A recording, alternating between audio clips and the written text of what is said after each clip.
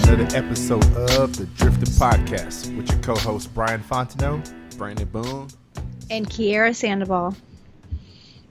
Woo, I missed y'all guys. It's been too long. How are you guys tonight? Tired, boss. Tired? I'm You good. never get tired, Brian. Brandon, how are you today, sir? I'm good. Can't complain. Yes, Good. I ain't take my vitamins today, so. Ooh. Well, I'm excited. Queen Sugar comes on tonight, so I will be definitely watching that when we get off. That's Yeah. season 2, right? Yes, season 2. I need to catch up on 1. I just need to figure out what it's about. I'm bad about watching TV. Now, that's a good show. Watch it on the next flight you have. They usually have it on the in-flight entertainment. So, it's on Hulu, too. Okay. Well, at least they. Hopefully, I get on one of those flights where they've upgraded the internet so I can actually do streaming. Right. Because some of the flights be doing, I'd be like, yo, You sitting on the engine? Or have to wait until you get to so many high in the sky. Doesn't make no sense. Gotcha. So what we talking about tonight, guys? Today's question of the day is something I probably gotten asked at least 15 times. Is global entry / TSA PreCheck worth the investment? Yes, my favorite. Yes, Brian got me on the global entry train, and I hopped right on it after I missed my flight. My flight was delayed coming through borders, and I missed my next flight. And we had to wait 4 or 5 extra hours. It was just a mess. So I took Brian's advice, and it's worth it. Brian strikes again. I totally think that is like one of the top 5 things in my life that like I would pay for all over again if I had to. Best thing since sliced bread. TSA PreCheck when you go into the big airports is really, really important because it cuts the line down, the time in the lines. And then when you're coming back on an international trip going to global entry, it takes like 45 seconds to go to the kiosk and get your slip and then go right to the customs line. Yep. It's the best thing ever. When I tell you it's the best thing ever, it's the best thing ever. So I totally encourage everybody to get it. Yes, please. And make sure you do global entry. That includes TSA PreCheck. Yes. Because I have some friends who just got TSA PreCheck. I got TSA PreCheck first, and then I found out about global entry, so I paid twice. Before I got my cards that have the fee, that come with the perk. So I paid double. But however, I'm not mad because I feel like I've gotten every penny back with all the flights that I've taken. Right, yeah. So. But save yourself some trouble. Don't play double. Hey. Yes. Man, Yes. TSA PreCheck and global entry has been life-changing. Life-changing. Like, straight up. I used to roll up to the airport with 30 minutes before my flight was about to leave. And I still make my flight. I ain't never missed a flight since I had TSA PreCheck. And I've rolled up to the airport, looking at like those long lines, and then it's like all of a sudden, like God's light just comes and shines on TSA PreCheck, and there'd be nobody in the line. So I just roll through straight for security. I mean, I've had some very close calls where I should have missed some flights. Not to mention, all it takes really is just go to Chicago, go to O'Hare, just go to the airport at 6:00 in the morning when you got a flight at 9, and the line through security is 3 hours long. Oof. Like, it literally went from one end of the building to another and wrapped around the corner. I was like, oh, heck no. This is why you need TSA PreCheck. And just like both of y'all mentioned, TSA PreCheck and global entry both can be covered through just getting global entry by itself. And global entry is only $100 for 5 years. TSA PreCheck is $85 for 5 years. So what's $15 to a baller like yourself? Right. Yeah, I mean, Yeah. $15 difference, and you tell me I get both, even if I don't even go out the country.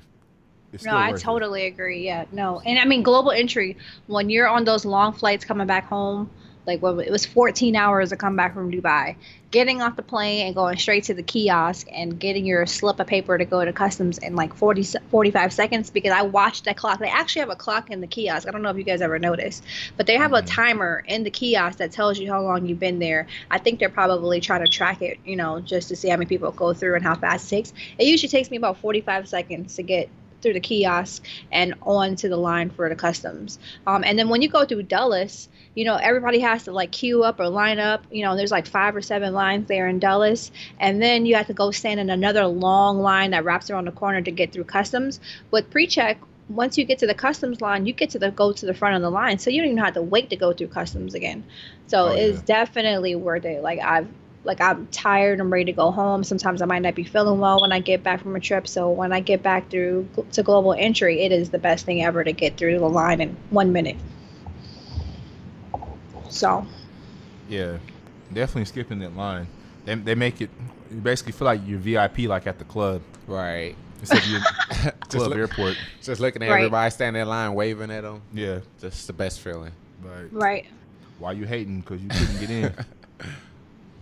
Well, let's talk about the process. So let's talk about, what it takes to get pre-check and global entry, because I think some people might be confused about that process. Yeah. So to give y'all a quick primer, both TSA pre-check and global entry involve interview of sorts, but there's a little bit different.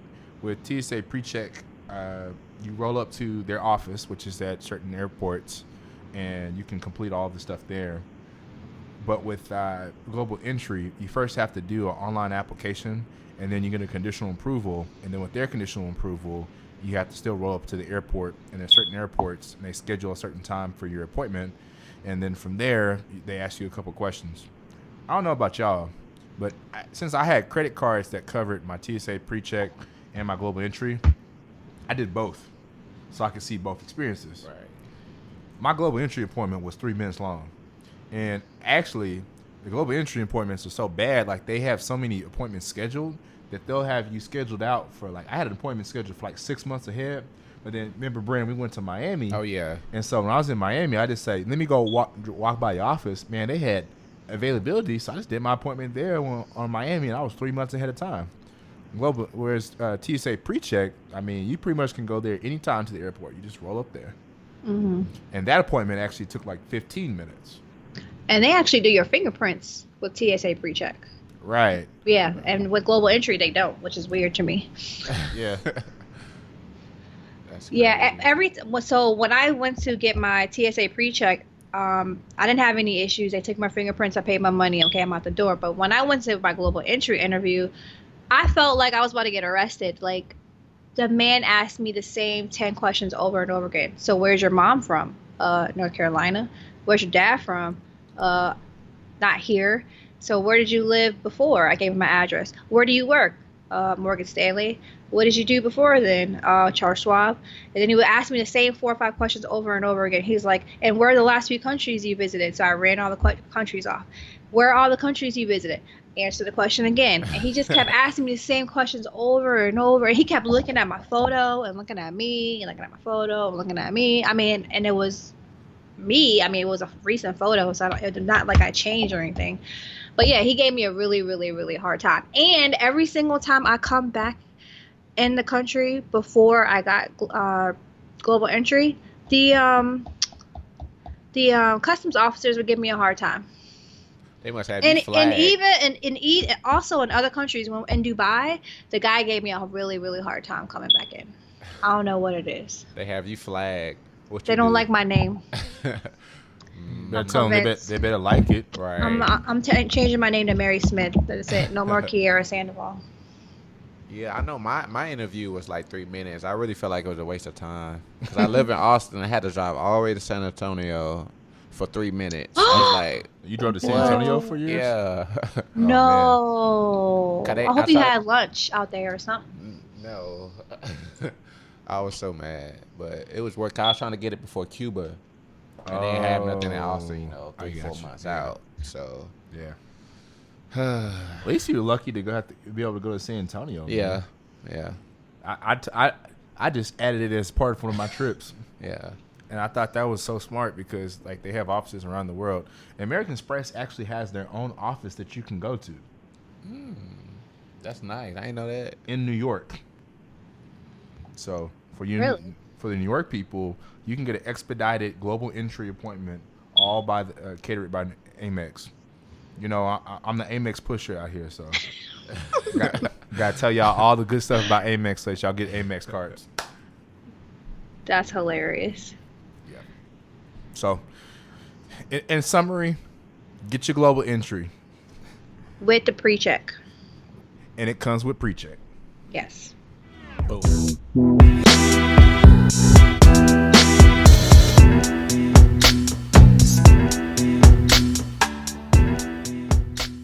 Now that we've talked about TSA PreCheck and global entry, we're going to get down to one of our favorite parts of the show, the cards and points segment with Brandon and myself, talking about different things that can help you as credit card and miles conscious members of our listener community and Driftr Travels community take advantage of every point and dollar that you can so that you can get some free flights. So for today's segment, we're going to talk about how do you hit minimum spends. I'm gonna let Brandon hit things off. Yes. So how do you hit minimum spends? So number one, this is not for you to just go splurge and buy a new iMac or a brand new Samsung TV. You wanna Buy a car. no, you wanna spend your money on things you already paying for, like your bills. You wanna set all your bills on that card. Rent is another one. Pretty much as anything you have coming in that's a big expense in the near future that you have to pay for, I would use that to hit your minimum spend. It's all about planning also. So like my wedding, all my wedding expenses I use to put on a credit card, and I use that to hit my minimum spend on my new credit card. So, but the biggest thing I used to use was to pay my mortgage on through plastic to hit minimum spends, but I can't do that no longer.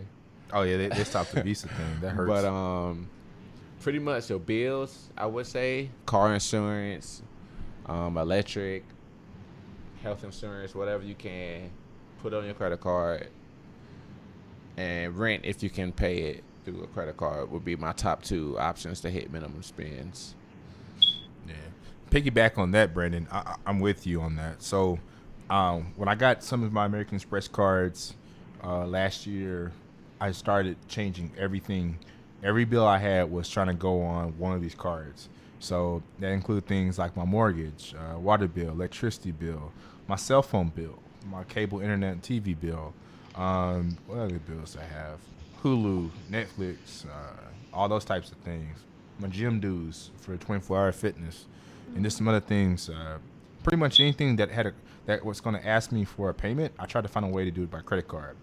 And then I happened to stumble upon the service that would send like payments for you, and then that led to me finding out about plastic, which because the other service was like real weird. I couldn't do recurring payments. I had to go in there once a month to remember to go do it, and I wouldn't do it. And then, I mean, like, you know, you just don't remember to go online every month to go send a payment through your credit card. Oh, I gotcha.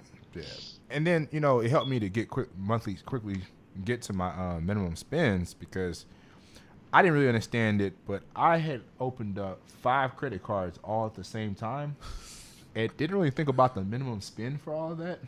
And that's where it can get you.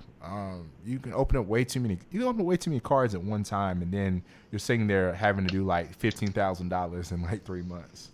And then you're sitting there looking at yourself, I don't even spend $15,000. Right. But when you add up all of your bills that you have, that's what's going to help you to be able to reach those minimum spends. Now, some people talk controversially about plastic. I use plastic monthly. I think it's good because, one, I can set it and forget it until I get that 1 month that I realize like my 24-month set of payments ran out. Oh yeah. And then the caller calls me and said, "We haven't received your payment, but you always pay ahead of time, so we just want to check in with you." And I'm like, "Oh, yeah, it's coming." And then they don't charge me a late fee, but then I actually have to go into plastic and send it and reset it. Yeah.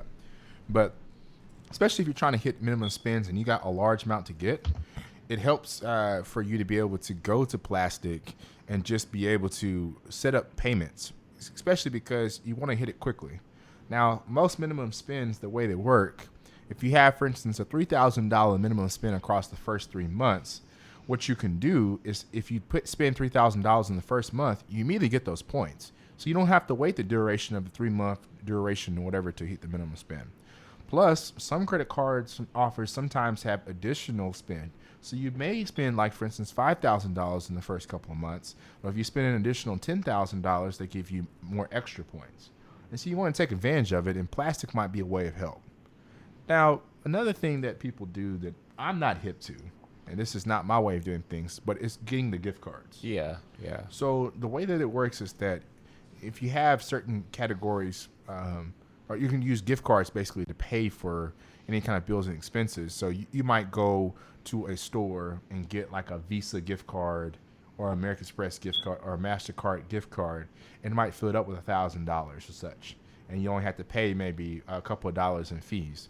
Some people use that to get minimum spends, and then they use that gift card to go out and pay other bills. Since you'd have like a Visa card or a MasterCard, American Express card, it's basically the gift card, but you can still use it like a credit card or debit card. That's never been my hustle. Yeah, me either. So I'm not big on manufacturer spending, but a lot of people still do it. Yeah. But a lot of the ways you can't really do it like you used to no more. So there's a lot of research you have to do behind it. So, but I don't have any insight on that.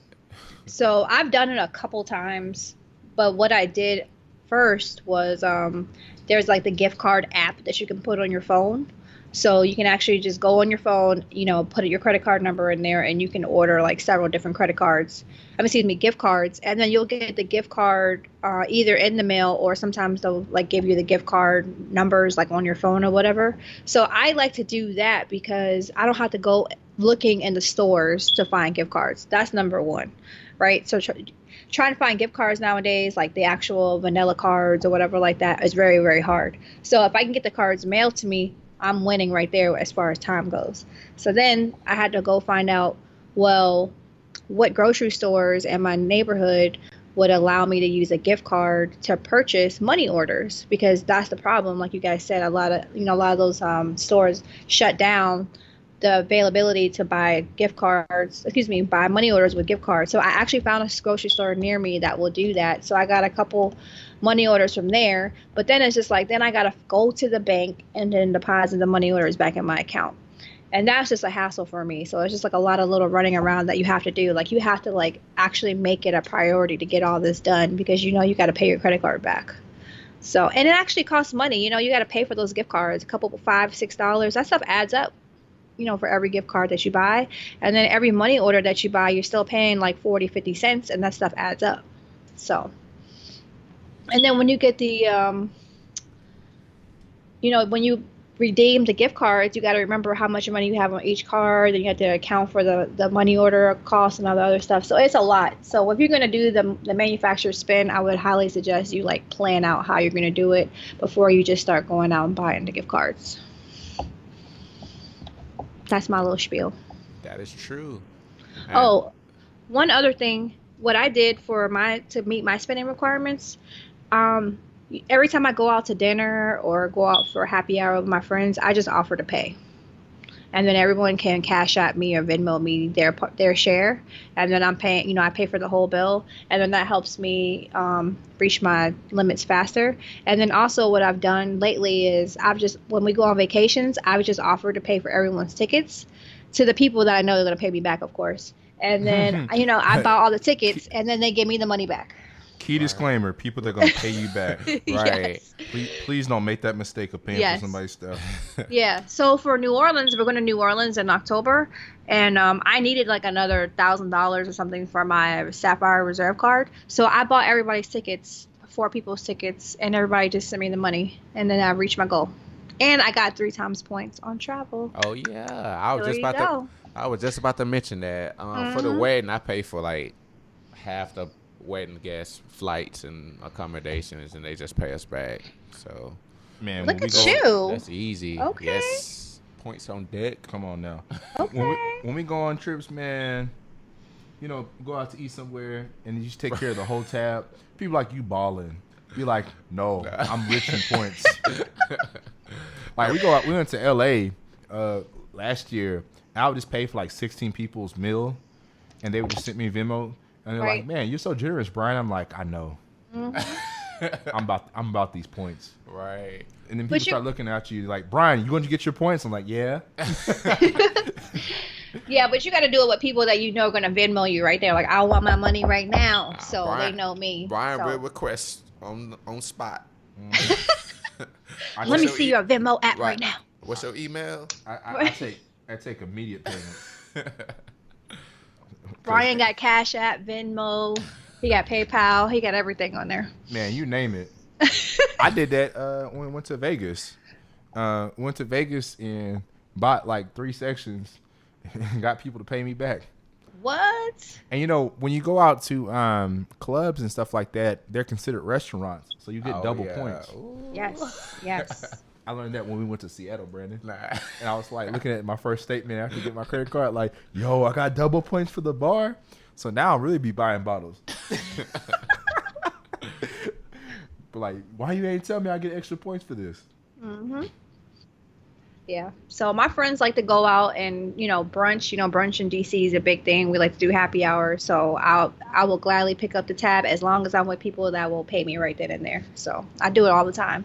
And that adds up very quickly if you want to meet your spending requirement. Mm-hmm. So, also what I've done is, like if stuff needs to be paid for at work, then I'll just use my credit card and then I'll just get the reimbursement check sent to me. But you got to make sure that you can do that. That's another hustle too. If you have to travel for work, and they allow for you to be able to charge all of your charges on your personal card, don't take the corporate credit card.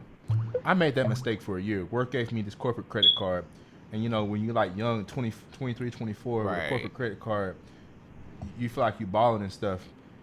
And then I was just like, well, dang. Once I figured out about this points and miles stuff, and then I think it was one of the coworkers I had was telling me, yeah, I just put all of my credit card charges on this, and I take my wife and I on a free flight. And I'm like, yo, why was I this smart before?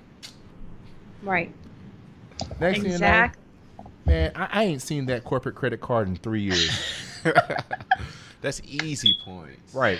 Easy points. And my friend who works for Delta and also works the same company, he's just like, yo, I can't wait till I get that corporate credit card. And I'm like, why?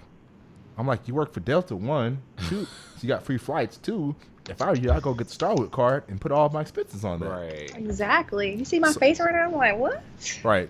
And he's so focused on it because he wants the company's name to say it. And I was just like, nah, fam, don't do it.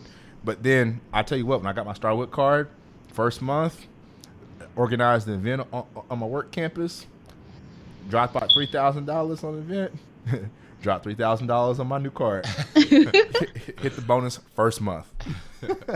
That's a good feeling right there. Right. So you play it smart. There's so many ways without having to, as Brandon mentioned, go out there and make new spending. Like, you don't go out and buy a brand new car, a new computer, or some other stuff. You go out there and look at ways of things that you're already spending money on that you can get extra on. And utilize your friends, utilize people. So if you have friends and such that have expenses, see if you can cover it for them. Yep. And have them pay you back immediately. Immediately. Like within 5 seconds. ASAP. That's too long. I need 3 seconds.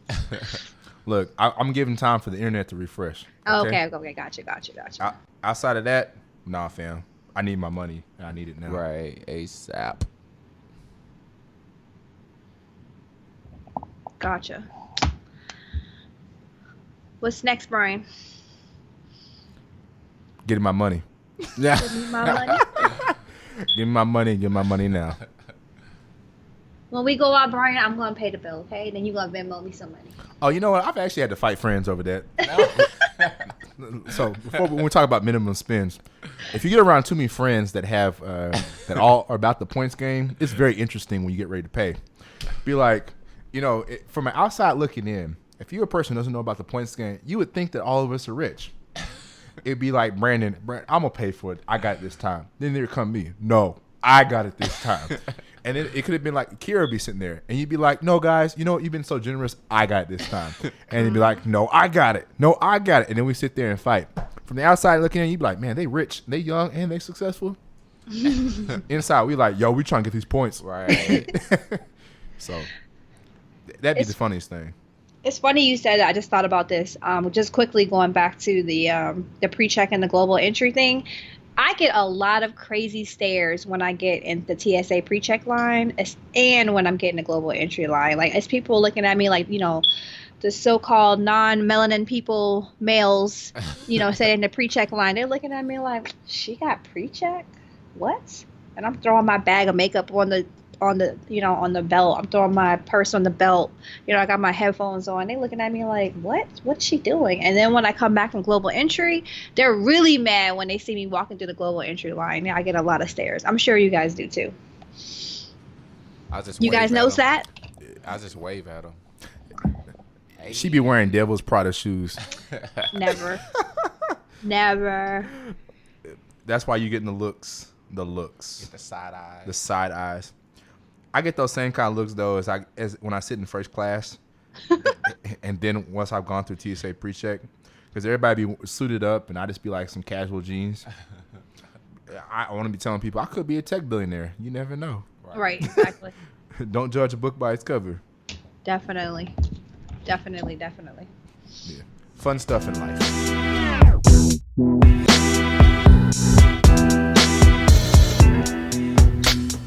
Well, now that we've talked about how you can hit your minimum spends for your credit cards, let's take a trip. Let's take a trip to somewhere in the world. Hopefully a place that you haven't been, but it may be a place that you have. So our next segment is all about you can fly with us. And today, Kira, where are you taking us to? We're going all the way to one of my favorite places, Tokyo, Japan. Take me there. Yay. So, I was able to go to Tokyo last April, so April 2016. Jealous. One night I was at home in the bed. It was like 11:30, and I just happened to be up, and I saw Twitter feed come through for a ticket price from Philly to Tokyo for $400 and some. I was like, oh my God, I'm buying this right now. I don't have that much time left. I just got back from Brazil like a week earlier or something like that, crazy. And I was like, nope, I'm going right now. I bought the ticket right then and there, immediately. Like, I didn't call anybody. I didn't think about it. I just grabbed my wallet and bought the ticket right then and there. And I went to Tokyo. Our favorite word, book the ticket. Book the ticket. So, for anyone that wants to go to Tokyo, here are a few things. If you have a U.S. passport, you do not need a visa. That's a good thing. There are plenty of flights that go to Tokyo, all the U.S. major carriers, Delta, United, American, et cetera, et cetera. However, if you want to use your points with some partners, Korean Air that goes there, Japan Air goes there, I think KLM goes there. All the big carriers go there. So you can definitely use all your points to maximize points with partners. So I would do that. So it's a long flight. I left from Detroit, and from Detroit it was 12 hours. But it actually wasn't that bad. My trip was from Philly to Detroit, and from Detroit, like I said, it was 12 hours. And you actually kind of go north of the, of the equator. I guess it's the latitude line, so you kind of go up towards Alaska and then you come back down. So it didn't seem that long. And then when I got to Tokyo, basically I flew into Narita Airport, which is one of the two airports that you can fly into to get to Tokyo. Narita is the further airport. I think it's about, if I remember correctly, it was about an hour away on the bullet train. And the bullet train, I think, can cost you anywhere between like $20 to $40, depending on which train that you take. They have several different trains. There's also another airport which is closer to the city, which is about 25 minutes, and that is Haneda Airport. You're going to pay a little bit more to go into Haneda Airport, of course, because it's closer. So you would probably have to fly into Narita and maybe take a smaller flight there. Or what you could do is you could take maybe like a smaller liner and then go straight into Haneda Airport. So in Japan, no one really drives there. Everyone pretty much takes the subway. That is one of the best subway systems I've ever seen. And I've seen a couple different subway systems. It was kind of like New York on crack. And I can't even imagine that in my mind, but I've seen it in real life. They have like 4 different subway systems. So imagine 4 different New York subway systems all in one. Yikes. and there's just platforms everywhere, and it's just people walking around, and, they're all on their phone, they're all on their headphones, and everyone's just walking around, and everyone's just moving, moving along nicely, no major issues. But their train systems are so big in Tokyo that they actually build malls and restaurants onto the train stations.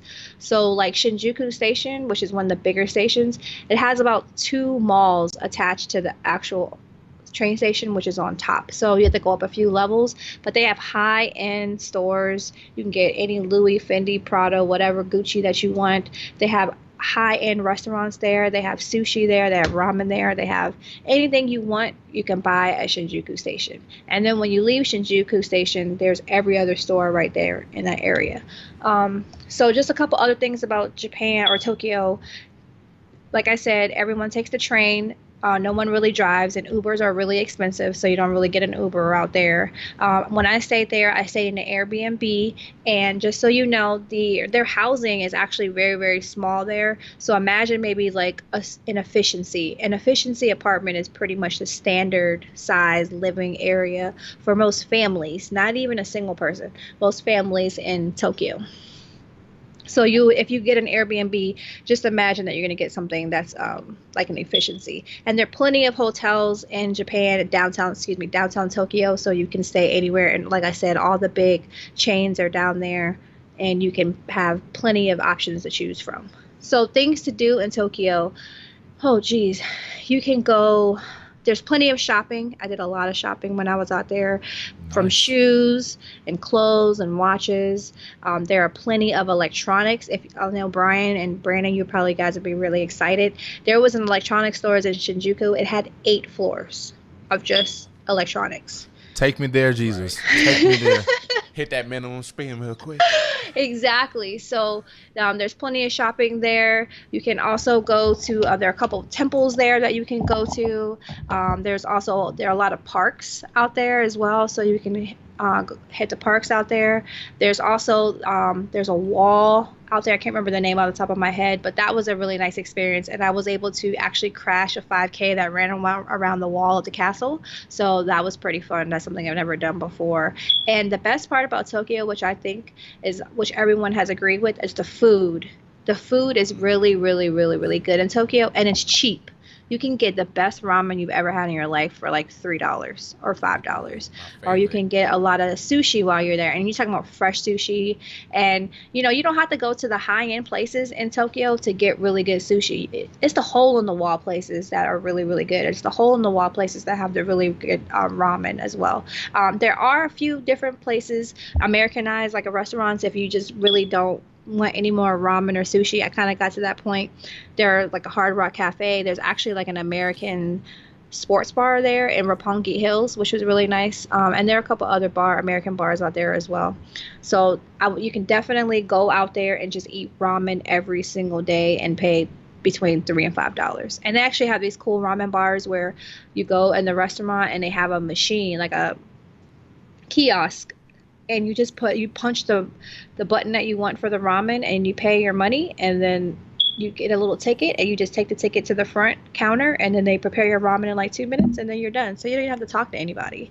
And tipping is not required in Tokyo. It's actually kind of like disrespectful, so you don't have to worry about tipping anybody out there. It's very, very safe.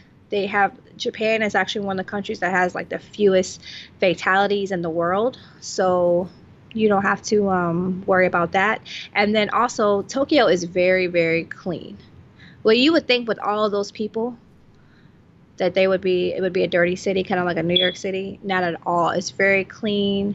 A lot of trees, and there's no trash on the ground. You don't have any smells or anything like that. So Tokyo is a wonderful place. I highly recommend you go. The yen right now, it's about 111 yen to every dollar. Tokyo is a little pricey, I will say that, but it's definitely worth the trip. And don't forget, the Olympics will be there in 2020, so if you save now, maybe you can make it out there. Travel squad? What's that? Yes. Travel squad trip, like, we need to organize something, because I'm getting to the point where my trip, it says there's nothing planned. That's never good. What's up? How is that even possible, Brian? I know, right? I'll be gone every weekend, and then all of a sudden it's just like, about to stop. Be at home How forever. is that even possible? How long did you stay? I was there for a week, That and I was had a really good time. okay. That was And I enough actually went by time. myself. It was a solo trip, Oh, and Solo. I felt very, very safe. And yeah, the only thing is, I will say this. They don't have a lot of medicine out there, so make sure you take your medicine because my allergies started acting up really, really badly, and I tried to buy some sinus meds, and it was just like it didn't work at all. So my trip got a little messed up because I wasn't able, like the last 2 days, I was kind of like in my Airbnb in the bed instead of out and about. But it was a great experience. I would definitely do it again. The people were really nice. You actually see a lot of Americans, way more Americans than I thought. And it was kind of weird because the women in Japan, they dress like ladies. They have like button-down blouses, they have skirts on past their knees, they have nice trench coat jackets on, makeup very pretty, very nice, not overdoing it. And then you would see all these Japanese ladies sitting on the train, and then you look over, you see like that one European lady or that one American lady in like a tank top and yoga pants. So it just kind of stood out from what was the normal over there. But I did see a lot of Americans. I met some Americans, a lot of American men, a lot of U.S. soldiers are there, and they're like out and about. So I didn't feel out of place because I heard English everywhere I went, everywhere. So I never felt like I don't know what I'm doing, or there was a lot of English on all the signs and everything. So I never felt like overwhelmed or I didn't know where I was going. That's So pretty cool. I've been wanting yeah. to go to Tokyo for a minute. right. Yeah, definitely on my list. Yeah, so I was talking to my friend before I bought the ticket, and I was like, yeah, I want to go to Tokyo because he goes there all the time. He's like, yeah, tickets are generally between like $1,200, but if you find a ticket for like $900, you got a good deal. So when 430 or 480 came up, I was like, oh, I'm buying this right now. So I bought it that second and went a few weeks later. That's how you Everybody's gotta not do it. able. Right. Yes. Mhm. Put it in motion. Book the ticket Definitely. now and Definitely. forever. Definitely. Yeah. And Tokyo is a good gateway to other, Asian cities. So you could always fly to Tokyo and stay there for a couple days. And then you could take a smaller liner, to China. You can go to Southeast Asia. You could probably go to like the other islands out there. So I would definitely, if you're looking to go to Asia and you want to experience it, I would definitely say Tokyo is a good place to start. It's a good entry level, and then you can take another smaller liner and go to your next destination from there. Dope. Yes. Tokyo trips and dreams. I'm trying to be like Lupe Fiasco. You are silly. Let's make it happen there, y'all. Right. Mm-hmm. I'm trying to wait to go to Tokyo for the Olympics, though. That'd be dope. We talked about it for Brazil, but it fell through. Yeah, Olympics 2020. Catch a brother in Tokyo. Let's do it. I wonder if you can book an Airbnb now for that. That's I a mean, good question. That's a good question. I don't know how far ahead you can book on Airbnb. oh, it's 2020. Yeah, I don't know. Let's see. I'll look that up while we keep talking. Got some homework to do now. Oh, and you know what? Oh, well, the girl I stayed, the place I stayed, like 3 of us couldn't stay there because it literally was like smaller than an efficiency. So you'd be sleeping in the closet. One person would be sleeping on the balcony. Yikes. Yeah. All right, but I'll check that out. Cool. All right, explore Japan, Tokyo. Okay.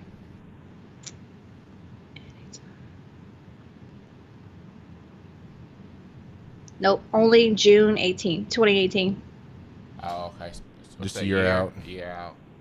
Yep. So, If you don't know, now you know. should I put it in my calendar for us to look next June? Yep. Yep. Wait. Oh, yeah, because it would be next July. I will have to make it for next July. Okay. Here. Oh, we still got 2 years. It's 2017. Yeah. Oh, yeah. Look at us trying to rush it. Let us speed up time. Force it to be here. look up in Tokyo. Yeah, I would definitely go back to Tokyo all day. Yeah, it's so clean and people are so nice. It's just like it's just so many people everywhere you go. Let's see here. Good to The metro know. is pretty dope. The metro is very dope. It's a little expensive though for the metro. Hmm. No.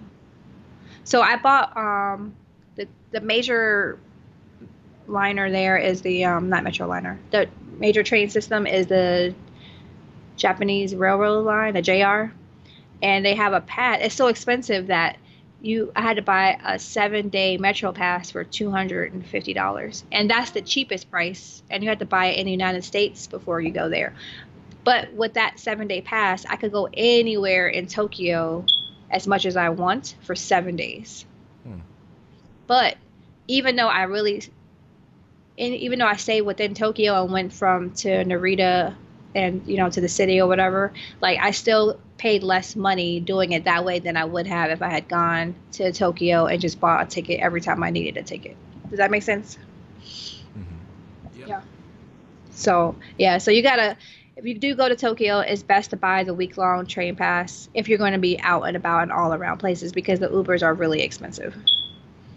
Oh, and then half the time they don't speak English, the Uber driver. So, like, if they can't find you or you're lost or something, it's going to be hard to communicate if you don't speak Japanese. Something else to remember. That's good to know. Yeah. Uh, all right, I'm going to be quiet now. Tokyo 2020. Tokyo 2020. 2020. Let's make it happen, y'all. All right, I just put it on my calendar for us. I'll send everybody an invite. Travel Squad. I ain't even going to say it. I'm telling you, man, the office been backed up the last couple of weeks. Got a backlog. It's coming. It's coming, girl. It's coming. I'm gonna get my my welcome package July 2020. That's what's gonna happen. All right, we'll get you at least before Tokyo. Okay, thank you. We got some time. I'll only be 40 years old then. Okay, thank you. Appreciate you. Tokyo Airbnb.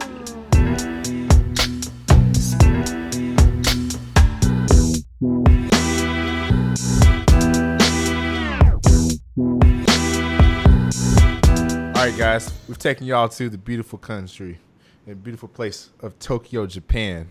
We've taught you how to spend and hit those minimum spends, whether it be through your own stuff that you already make payments for every month, or is it be any of the payments that you have to make through friends or corporate. And we talked about global entry and TSA PreCheck, making sure that you know how to make sure that you can get to the airport on time and in style. Last but not least, for the podcast show for today, we have our open discussion. It's a revolving topic where we take a listen to the things that are important to you and make sure that we can address things as a traveler, whether you be a beginner or you're advanced. And for today's open discussion segment, we're going to talk about the difference between being a tourist and being a traveler. Interesting. Right. I want to hear you guys take on this.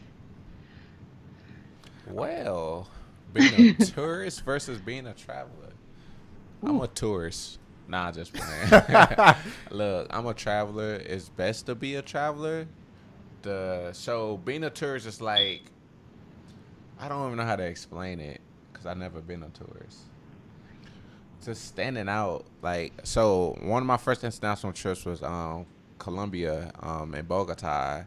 And I was just reading all these blog posts telling you don't stand out, don't look like a tourist. You don't want to walk around with your camera out. Just certain stuff like that you don't want to do because you don't want to get robbed. So that's how I define being a tourist. It's like standing out in a crowd. And when people look at you, they can tell you from America. And you don't really want that, especially in the less developed countries like Colombia and like Cuba. You don't really want to stand out too much. But that's my take on it. What about y'all? Man, that's an interesting one. I'll go ahead and let Kira Right. chime in. It's hard to put in words. Ladies first. So I'm kind of conflicted on this a little bit, right? Because I feel like if you save your money and you spend your money the way you want to spend it, like if you want to go do like the touristy museums and go eat the touristy restaurants, like that's on you. Like if that's what makes you happy and you feel like fulfilled when you get back on your trip, then I'm okay with that. Like I let everybody move the way they want to move. It might not work for me or for you guys, but if that makes them happy, then I'm okay with that. And if they like feel like they would go on another trip or tell other people to go on a trip, then that's what I want. Like I want to be encouraging to travel more. But for me, I feel like I'm kind of like a hybrid kind of traveler slash tourist. It just depends on what city I'm going to. So, like, if I'm going to Cuba, right, I want to see the big stuff. I want to see the cars. I want to see the Malecon. Like, I want to go to, like, where Ernest Hemingway, we used to write his books and where he stayed and stuff like that. But I'll also stayed in the hood of, down in Cuba. And I also hung out with the locals and ate where the locals ate, too. So I'll do, like, a mix of both. When we were in Cape Town, I stayed in an Airbnb where all the locals stayed. I ate where most of the locals stayed, but I also went to the vineyards. I hopped where all the vineyards were, and some people would consider that to be kind of like a touristy thing. And I always, I'll take my camera when I can, depending on who I'm going with. So, because I want to take pictures and I want to be able to like keep my memories. So it just depends on where I am. But I'm not walking around with like, a Mickey Mouse shirt and a fanny pack and a big old camera, just to make that clear. So there is a difference between looking like a tourist and doing tourist things. Yeah. So yeah, I do tourist stuff, but I try to do 50-50, kind of like you. Like one day it might be like a tourist day, like as far as doing stuff, but I will still never look like a tourist, except some places. Like I said, it depends on the destination too, though. Yeah. And how safe it is. I've always kind of thought it was interesting because I've seen like two different stages, like me travel. Some places I go, I'm really a tourist. But some places I realize I'm a traveler. Right. And I think the biggest difference that I recognize when I do those two different things is the amount of time I take to really immerse myself in the place.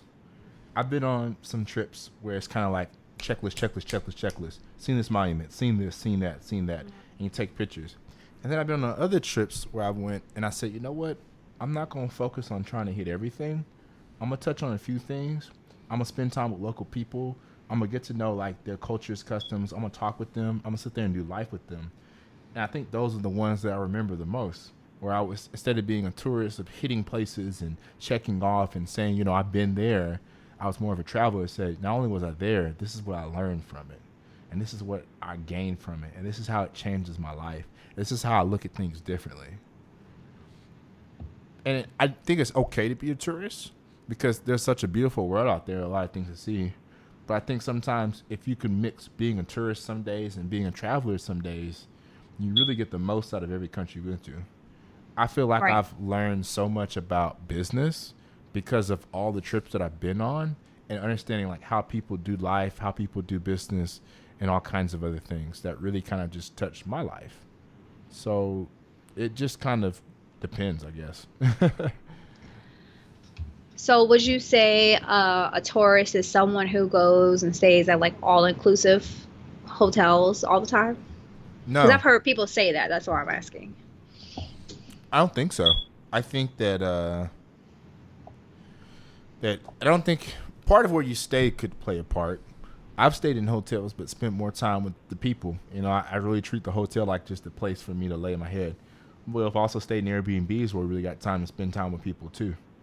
And so, I feel like your motives really control you being a tourist or a traveler. Do you stop to talk to somebody about their day and understand like how do you like pay your bills, or what do you do for a living, or what do you do for fun? Mm-hmm. Or what is the culture like, or what is your time of celebration? What kind of things really affect you when you think about the country? Because you can get that kind of information from an Uber, or you could be downstairs at a restaurant and you could really ask these questions that are thought provoking and really get to know like the environment that you live around. Because there's all the stuff on the internet you can search. There's all these places that they tell you all kinds of stuff about what the country's like, or this is my experience.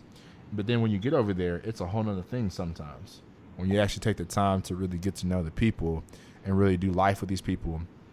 Like, I learned so much about Muslims being in Dubai because we went to we went to the mosque and we went to different places of the religious structure, and we like sat and talked with people more or less than just like, checking things off or just taking pictures. And there was so much more I learned about life that I had no idea. One of the coolest trips I ever went on. Next to like my experience when I was in Chile, and it's like talking with people, getting coffee with people, talk with bartenders, just different people. And man, there was so much stuff that I learned that just kind of was just like, wow. And those are the experiences that help you to become a traveler, because when you open yourself up and learn about people more, then you're more open to do it later. And when you go to another country, those are the type of moves you want to make. That's what I'm trying to say. Yeah, definitely. But I'd like to do like 2 different types of vacations during the year, or trips during the year. Like, I like to do like one trip where I'm going to a country to explore or to have a cultural experience. Like this year would be like South Africa for me. But I also like to do like a week of just regular vacation, because we work very hard and we have a lot of stuff going on. So this year for me, I'm going to Cartagena, and I'm just going to go sit and relax. And of course, because it's Cartagena, with the culture and the food and everything, I'll be hanging out with some locals or whatever. But this is more so for me to just go sit and relax. I'm not going to be in an all-inclusive, but I just like a beach vacation. Yeah. I want to recharge my batteries. And everybody else in all the other countries in the world, they have long vacation times except for the, Americans. And I just want a beach vacation. So that's my beach vacation this year. And I'm totally okay with people who do that. Like, I don't have to trek the world and mountains and lakes and everything every time I go out of the country. Yep, that's how Miami is for me. I can go there 10 times a year. And that's like my tranquil place. Oh, real? Right. Yeah. Get on the beach, get on the water, or get on a boat and just be by the water, or have like brunch by the water. Man, my mind be so at ease in Miami. It could be all this chaos going around. I don't even know. I'm like so focused on the tranquil. Right. Interesting. Yeah. There's definitely a balance. So do you guys like to do like beach vacations? Well, I guess Brian just said he likes to do Miami. What about you, Brandon? Heck yeah. We all need time to relax. Like for our honeymoon, I'm not really trying to do too much planning or trying to do too much. I'm just trying to really just take the time and enjoy the beach and enjoy the island, just chill. So definitely. Gotcha. And you guys are hitting a couple islands, right? Yeah, we doing Belize and Curacao, I think Curacao. that's how you say it. Yeah. Curacao. Oh, nice. Curacao. It'll be nice and chocolate when you get back. Right. Hold up. He is. Brandon about to change. He about to change on us. You know how we came back from Cuba. Yeah, we came back from Cuba. We got these dark tans and mustaches. Uh-oh. Smoking cigars every day. Cigars every day. Drinking rum. Drinking rum. At the Cuban. Brother. There's a story behind that, but I won't go there right now. There's a story behind life, but it doesn't make sense till the end. Yeah. But yeah, I know that he's been a tourist if he comes back darker than he already is. Very nice. Well, everyone, thank you so much for tuning in to another episode of the Driftr Podcast. We hope that you understand the difference between being a tourist and traveler, but at the same time, you go out and you travel and tour the world. I hope that you get to check out Tokyo sometime in your life, because Japan's a very nice country you need to go see. Make sure to hit all the credit card minimum spends on all of your cards, whether it be through your friends, your coworkers, your job, or just your bills. And don't forget to get global entry. Sign up today so you can wait 4 months to have your appointment. But I guarantee you it'll be worth it. It's going to last you the next 5 years anyway. So if you could travel one time a year for any reason, you'll be okay. Right. It's been another fun episode hanging out with y'all. Make sure to tune in for the next Driftr Podcast episode. Tell your friends, tell your family, tell people who are interested in travel. Tell people you've been trying to get on a group trip for the last 16 years of your life, and every time it gets ready for the deposit, they disappear. Preach. Let them know about the Driftr Podcast so we can help you and your friends, your family, everywhere you want to go, get to the places that you're trying to be. Make sure to join our community at signup.driftertravels.com. Again, it's signup.driftertravels.com. We want to hear from you, so make sure to chat with us in the community, catch us online, and most importantly, book the ticket. Yes. Book it. There's no other excuses. It's been great having y'all listen. Hope y'all tune back in soon. Leave us good reviews on iTunes. This has been your co-host, Brian Fontenot. Brandon Boone. And Kiera Sandoval. Peace. Have a good night.